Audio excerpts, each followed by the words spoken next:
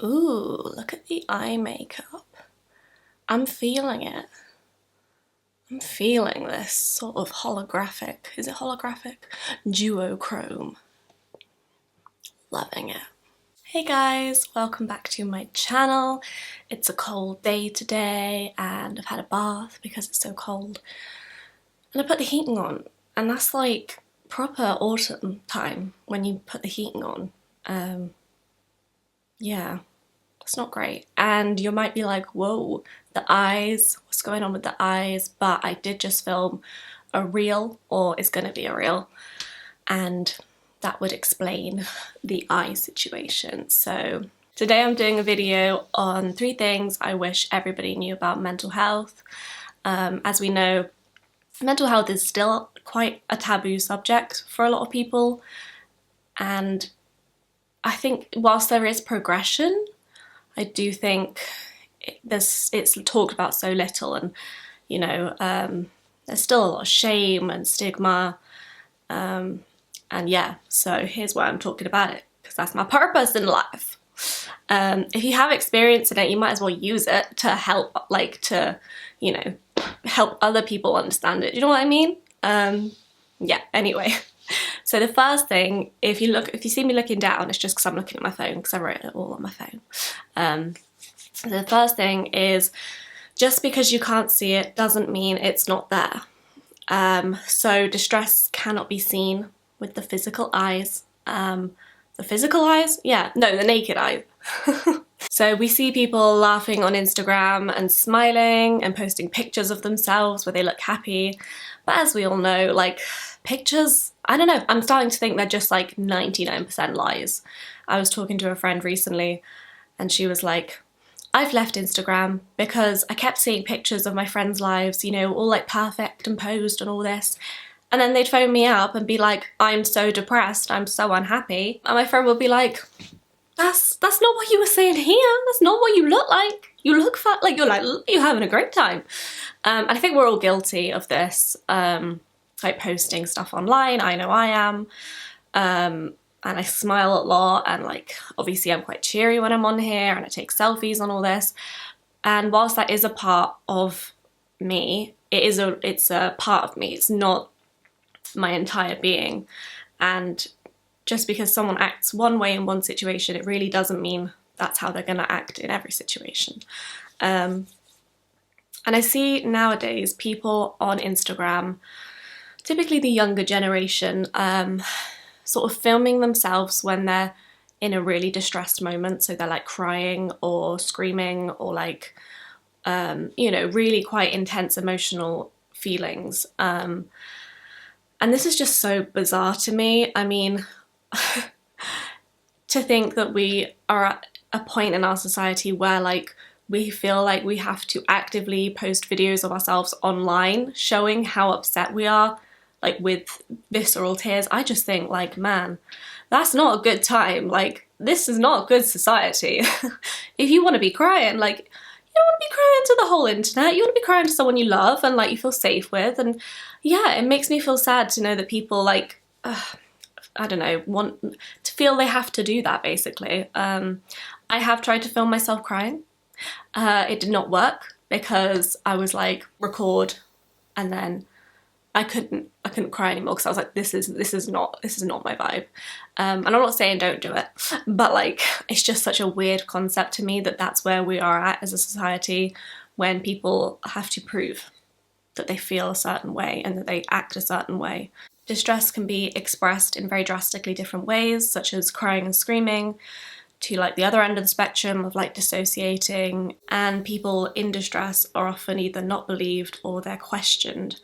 I think it's really, as humans, I mean, it is hard to grasp that because someone looks okay doesn't mean they are okay. But like, so many people right now are not okay, but they look okay, you know? But like, we know our world is not set up for actually trying to bring us emotional health or just physical health. It's just not great. The setup of our society, it's not great. No, it's actually pretty common. So these are a few little facts. I got them on that Chat GTP, whatever it's called thing. So I think they're factual, but I didn't know how to get to the sources, so like I'm pretty sure I've heard these before though, so like I'm pretty sure 99% they're real. 1 in 4 people in the UK will experience a mental health problem each year. Depression is the most common mental health condition in the UK, affecting 3.3 million people. 1 in 6 children aged 5 to 16 have a diagnosable mental health condition. Young adults 16 to 24 are very vulnerable to mental health issues, with rates of depression having increased in recent years. 19% of people aged 16 to 24 report experiencing depressive symptoms. There's a few facts for you. There's plenty more. But yeah, it's really easy to feel alone and isolated with mental distress. We still live under a huge cloud of stigma, and as much as people say they are there to listen, because we aren't taught to deal with emotions or to have like emotional intelligence, people can often respond like deers in headlights, not knowing how to deal with the situation and what is being said. I think because we aren't taught about sort of anxiety and depression and mental health conditions and distresses, and emotional regulation and trauma and the nervous system, we can often feel very ashamed of what we experience and also afraid of being labelled like crazy or unhinged or unstable. We all show different aspects of ourselves at different times to different people, as I was saying a minute ago.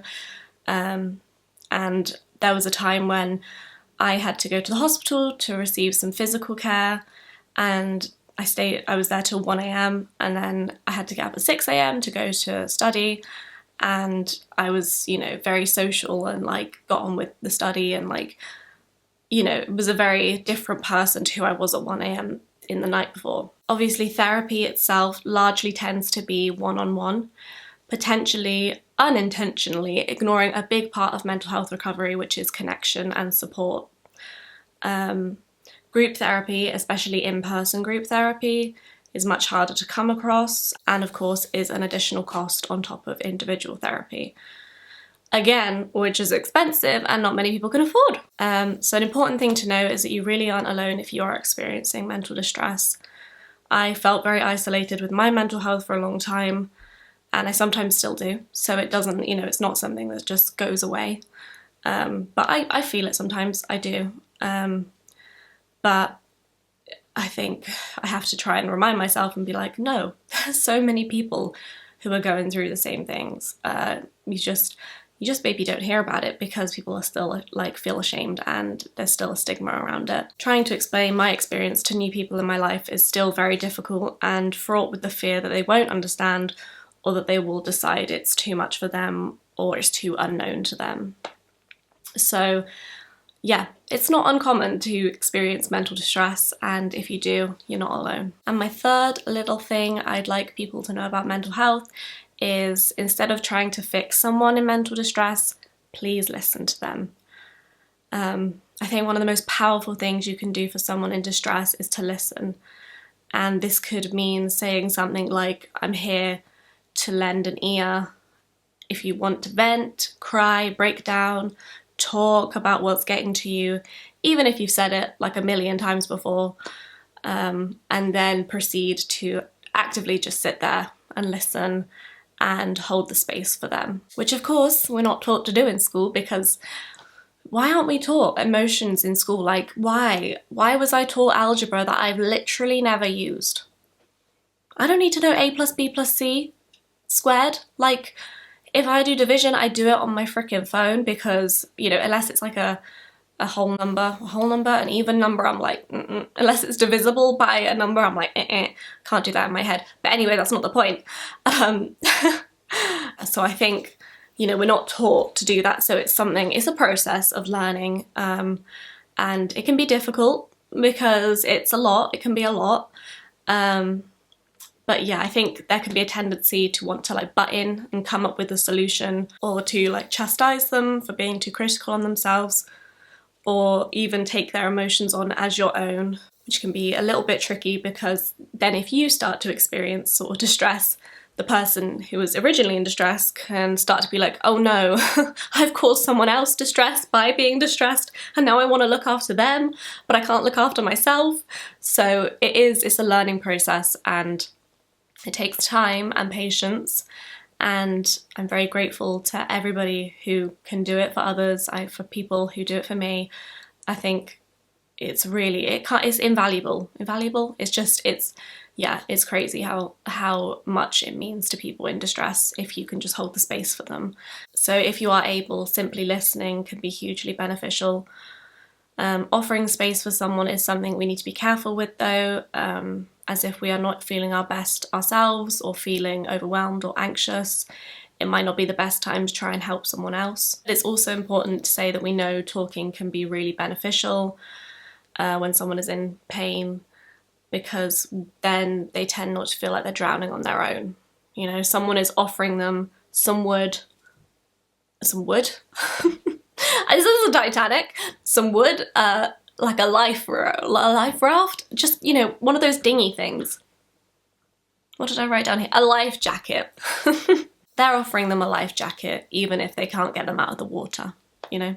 So it's something to be taken into consideration if you feel like you're in a space where you can offer somebody a listening ear, and also to not feel guilty if you can't, because at the same time, like, it's a balancing act, and it's a partnership, definitely. And yeah, we sort of have different people who can listen to us at different times, hopefully, if you have a good support network. And it's also very important for the person who's in distress to know that they can offer it to other people as well, the space, you know, because it can give you a real sense of agency and confidence if you know you can do it for other people as well. This isn't a one-way thing. You know, you can contribute to a relationship 100%. And often, actually, when you do hold space for someone, you're so much more knowledgeable about how to do it and patient, and like, you're like, I actually know what this is like, so I can hopefully give to someone else what people give to me, and if they don't, what I would like people to give to me. Oh gosh, I do have a little incidents where I was having a very stressful, distressing day, and I rang the Samaritans, and it wasn't a good experience, because, you know, you're crying your eyes out to this stranger, and you're like, I can't, like, this is too much. And she was lovely as far as I can remember, but about 40 minutes in, she was like, oh, well, it's been really nice talking to you, but yeah, I wish you all the best, and yeah, have a good day. And I was like, I didn't know the Samaritans had a time limit. I think they do.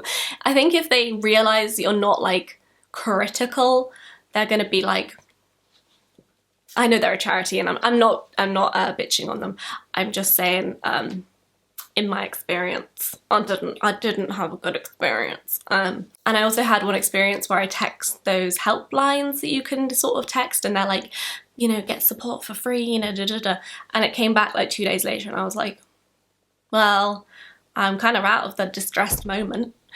So yeah, I don't know where this point is. This point is like an added point of me just talking to the camera, of saying, you know, don't worry if helplines don't help you, because I don't know. This is, you know, I've not had good experiences with helplines, nor the mental health team, but that's a topic for another day. I don't think that's an uncommon experience either, because there seems to be this weird thing going on of people who can't understand mental distress trying to be there for people with mental distress. And I'm not saying you can't learn, but, like, you know, you're like, oh, is this the right job? Oh, could we maybe have a think about this? Because goodness knows I've come across some people who cannot do their job, and I'm like, you are getting paid for this? You're getting a pension? I'm sorry, but you're making people feel worse. You ain't helping people, honey. Have you tried taking a bath? Have you had a cup of tea and just, you know, just had a little time to just calm down? Sorry, I'm just going off on a ramble now. But yeah. I have had some experiences, and I'd like to talk about them more in the future because, you know, if you've had the experience, you kind of want to share it so that like other people don't like feel alone in that experience, or because, you know, you're like, well, I might as well try and use it for other people to learn from. So yeah, that's my last fact that I've just added in. Don't worry if you're not getting reassurance from people who are supposed to be there for you to get reassurance. Yeah, I don't think like often. Sometimes on the rare occasion I've had a good experience with someone on a helpline, but for me I realised it was actually harming me more to use a helpline because I was like, this person, I know they're trained to like hold this space for me, but goodness me, they am not doing any good at it. And sometimes you just want someone to say, like, not in a patronising voice, let's get rid of the patronising voice like you're talking to a child first of all. I'm not a baby. And yeah, I've had a cup of tea and I've had a bath and I've had a walk and none of them about. But sometimes you just want people to be like, oh my goodness, what you're going through sounds like absolute hell and I'm so sorry that you're experiencing that. And I'm here to listen. I'm here for you to just let rip and tell me everything that's wrong if you need. And together we can try and come up with some solutions if that's what you need. But if you don't, let's just, you know, let's have a cup of tea together. I know I just said that that's not the right thing, but let's have a little hot cocoa, get you under a blanket and try and down-regulate your nervous system instead of trying to fire it up. Okay. Okay, my ladies and gentlemen, this video is now ending. I've had fun though, even though I've talked about some like darker things. Girl, those experiences! But yeah, it's been fun. I've had fun, even though it was a bit chaotic, but I feel like that's kind of my energy sometimes, and I'm here for it. You know, I don't know, the older I get, the more I'm like, I don't care about perfection. I don't care about coming across a specific way. I care about coming across as real, okay? Real. And this is very important to me. And yeah, so like being real is what I'm all about. And if that's something you're into, then please subscribe and yeah, give this video a like or whatever. It's getting a bit dark now and a bit blustery outside, so I'm gonna go and watch The X-Files under a blanket. Because that's what you do in autumn. Apparently loads of people are rewatching it. Okay, I'll love you and leave you there, and I will see you. I'm sorry, I was just checking my bin, it wasn't in the shot the whole time. I will love you and leave you there, and I will see you next time. Bye!